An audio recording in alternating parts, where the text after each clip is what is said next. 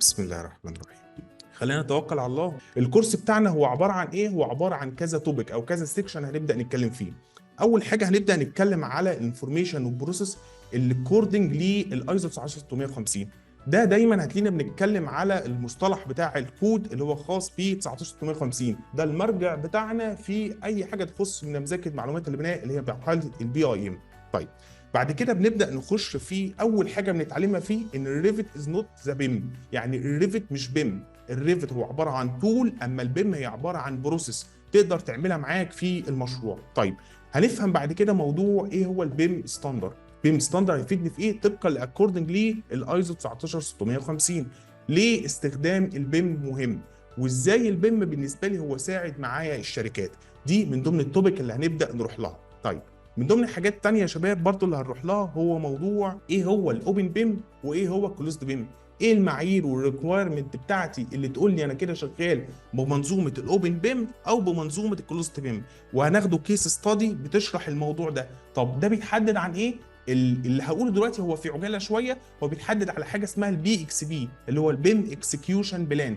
ايه هي الريكويرمنت بتاعه العميل او بتاعه الكلاينت عندي اللي تبدا تقول لي انا هشتغل بالاتجاه ده او هشتغل بالاتجاه ده. وهنفهم قدام شويه الكلاينت دي مش ما اسمهاش كلاينت، الاول كان اسمها كلاينت، بعد الايزو بقى اسمها ابوينتنج.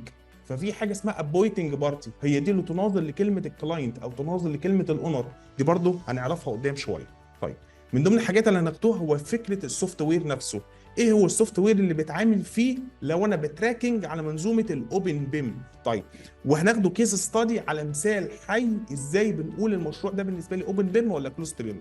من ضمن الحاجات اللي هنتراكنج برضو عليها هو موضوع السوفت وير في حاله استخدامي لمنظومه الكلوزد بيم. يبقى انا لما استخدم على كلوزد بيم هشتغل بانه سوفت وير مماثل للتراكنج ده. طيب، من ضمن برضو حاجات هنتكلم عليها هي فكره البيم ماتيورتي ليفل، مستوى تدرج البيم على مدار الزمن. البيم تدرج ازاي؟ البيم ما طلعش في يوم وليله، فاكيد ليه مستويات تدرج، صح؟ هنبدا نتكلم على بيم ماتيورتي ليفل ونتكلم على البيم ستيج، ايه المراحل بتاعه البيم والريليشن بين البيم ستيج والبيم ماتيورتي ليفل. ومن ضمن الحاجات اللي هنتكلم فيها موضوع برضو البيم دايمنشن، ايه هي ابعاد منظومه البيم، التقنيه بتاعتها دي بنطبقها ازاي. هناخد حاجه وهتسمعها كتير اسمها ال او دي اللي هي ليفل اوف ديفلوبمنت او ليفل اوف ديتيل، مستوى تدرج التفاصيل ومستوى تدرج الانفورميشن عندك داخل منظومه البي اي ام. ده برضو من ضمن الحاجات المهمه اللي هنبدا نتكلم عليها. هنتكلم على المعايير بتاعه النيمنج كونفنشن. يعني ايه النيمنج كونفنشن؟ هي فكره اسم الفايل، هي فكره اسم الموديل. ده ليه معايير وليه بيز معين بمشي بيها. ليه معايير وليه بيز معين بمشي بيها اكوردنج للايزو 19650. الايه؟ ال او دي ليفل اوف ديتيل او ليفل اوف ديفلوبمنت، اللي هو مستوى تدرج التفاصيل. دي هنتكلم عنها قدام شويه. انا في الاول اعطيتك اوت لاين، هنبدا بقى نتكلم على اوت لاين بالتفصيل، فما تقلقش هيجي دورها وهنتكلم عليها. فكل الحاجات دي بنقدر نتراكنج عليها، وهناخد الملاحظات العامه كجنرال نوت، المعايير اللي خلي بالي منها تكير في حته وانت بتعمل النيم كونفنشن بتاعك. طيب، هناخد برضو من ضمن الحاجات اللي هناخدها معانا ايه هو الاي اي ام وايه هو البي اي ام. في فرق كبير من كلمه البي اي ام والاي اي ام. معلوماتنا كلها عن البي اي ام هي بيلدينج انفورميشن موديلنج. طب والاي اي ام هي عباره عن اسيد انفورميشن موديلنج. من ضمن الحاجات اللي هنبدا نتكلم فيها ايه هي الفرق بين الاسيد مانجمنت وايه الفرق بين الفاسيلتي مانجمنت، وازاي نتراك الموضوع ده على المشروع بتاعك.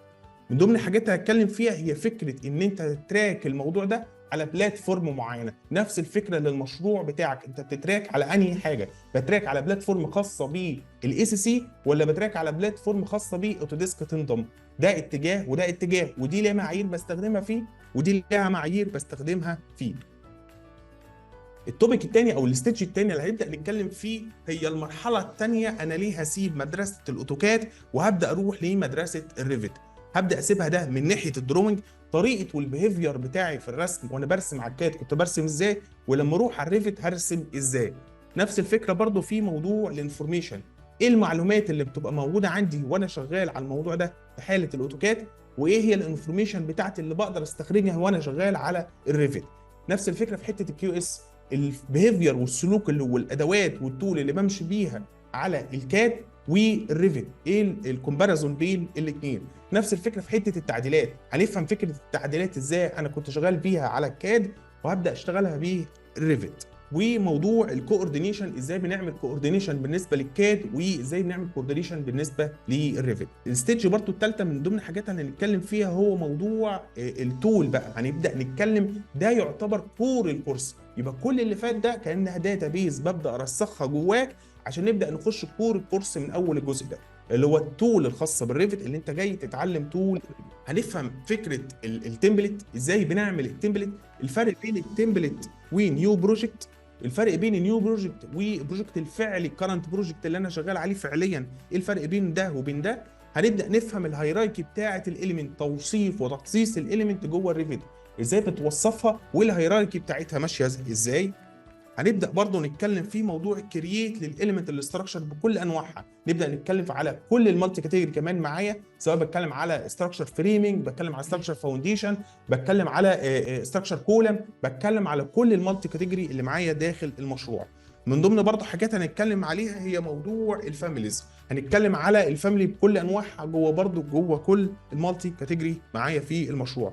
من ضمن الحاجات هنتكلم فيها هي فكره الفاميلي تايب، انواع الفاميليز اللي بتكون انكلود معايا جوه المشروع. السكشن الثالث برضه هنتكلم فيه موضوع البارامتر، ونتكلم ايه هي انواع البارامتر جوه الريفت، جوه تول الريفت نفسها. وهنتكلم على فكره ان ازاي تعمل كرييت للموديلنج عندك، سواء بتعمله ككرييت ككونكريت او بتعمله كرييت كرينفورسمنت. وهنبدا نتكلم بعد كده في موضوع السكادول، ازاي تتراكنج الموضوع ده الكيو اس نتيجه الموديلنج اللي انت رسمته، سواء بتتراك على الموضوع ده في حته الكيو اس كخرسانات، او بتتراك على الموديل ده في حته الرينفورسمنت كحديد تسليح. نفس الفكره في حته التراكنج على الايشوز والكلاشز اللي موجوده معاك جوه موديل الريفت بتاعك، وازاي تراكك على الموضوع ده، وازاي تعمل له لوك جوه انسايت جوه موديل الريفت بتاعك. من ضمن الحاجات برضه هناخدها فكره الورك شيرنج، اللي هو ازاي تعمل عمل جماعي للمشروع. بمعنى انا دلوقتي ديسيبلين ستراكشر ومعايا ديسيبلين معماري ومعايا ديسيبلين ميكانيكا، ازاي نعمل ورك شيرنج العمل الجماعي مع بعض. فكره السنترال فايل بتتعمل ازاي، فكره الورك سيت بتتعمل ازاي، الاختلاف بين الاكستنشن بتاعت الريفت، ايه هو الار في تي، ايه هو الار اف اي، ايه هو الار اف تي. كل الاكستنشن دي هنبدا نتكلم عليها، وامتى بستخدم كل اكستنشن منهم. هنعمل برضو انتجريشن بين الريفت وبين النافس وركس عشان نبدا نخش في الستيج الثانيه، هي مرحله النافس ورك. يعتبر دي الميجور او النقط المهمه اللي هناخدها جوه برنامج الريفت. من ضمن الحاجات برضو اللي هنتكلم فيها في الجزء ده الستيج ده هو فكره السوفت وير كنافس وركس. يبقى انا اهلتك باخدتك من بدايه البيم بروسيس، خدته في اول ستيج، خدتك بعد كده في حته السوفت وير الخاصه بيه برنامج الريفت، ومشينا بالاوت لاين بتاعته والتفاصيل بتاعته.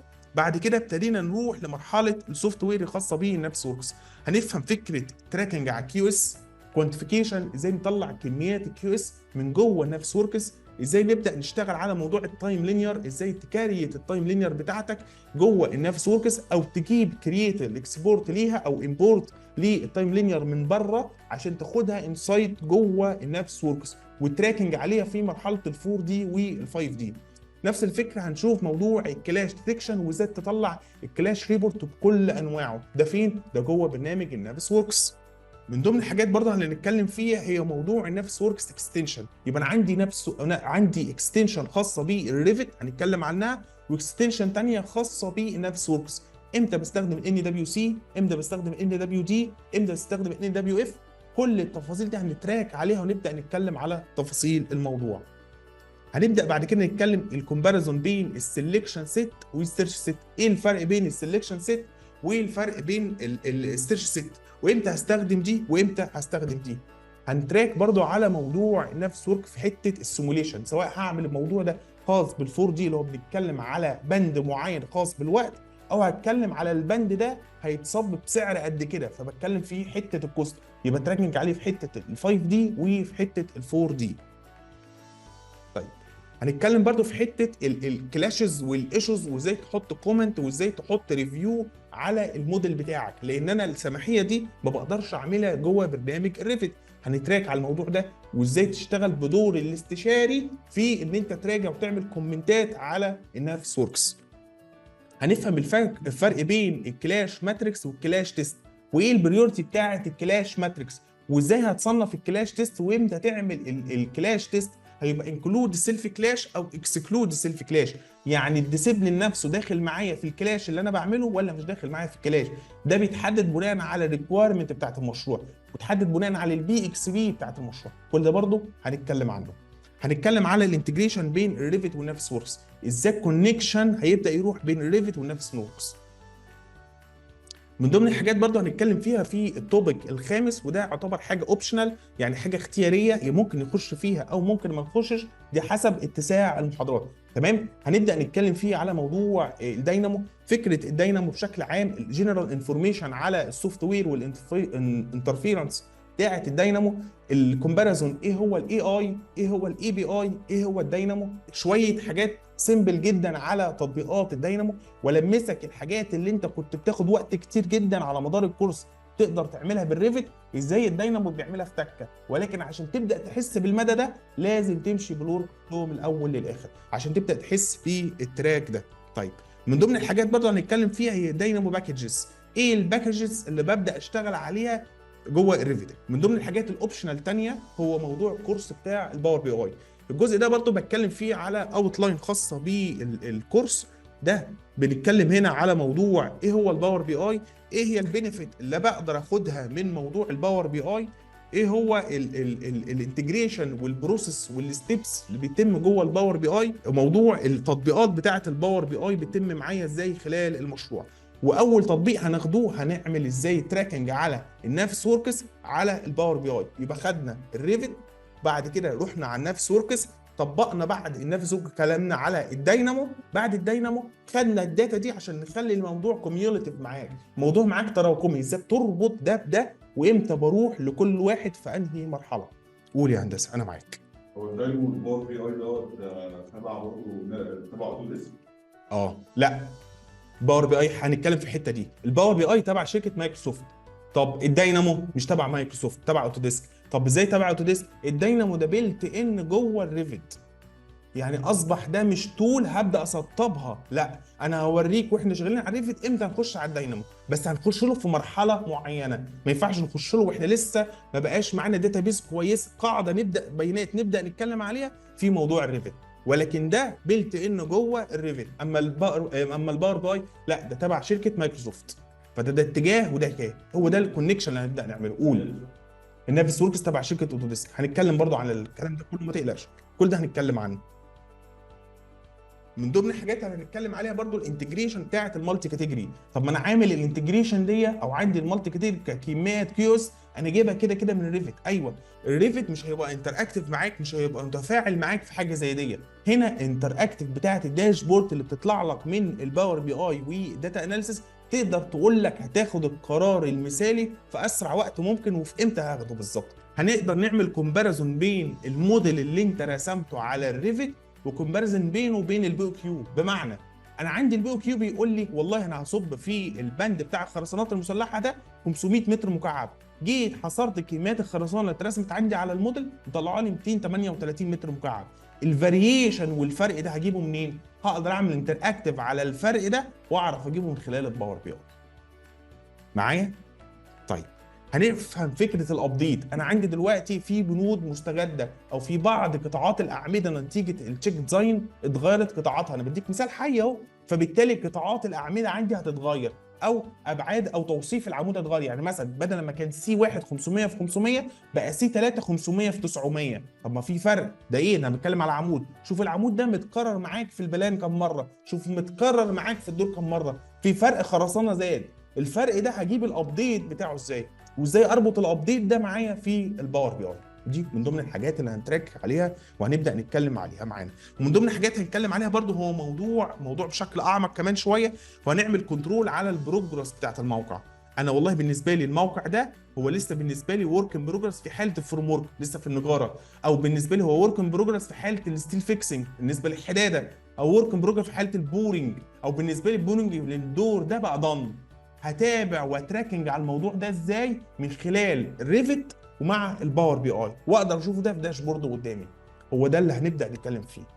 فاستعدوا عشان المحتوى كبير وتقيل، ويهمني ان انتوا تطلعوا من الكورس ده باكبر استفاده ممكنه، لان لو زي ما انتوا شفتوا هو احنا بنتكلم في حوالي 5 ستيج معاك، من اول الانفورميشن بتاعه الكود ايزو 9650، بنتكلم بعد كده في تول الريفت، بنتكلم على التفاصيل بتاعتها. بعد كده بتكلم في السكشن الثالث على موضوع النفس وركس.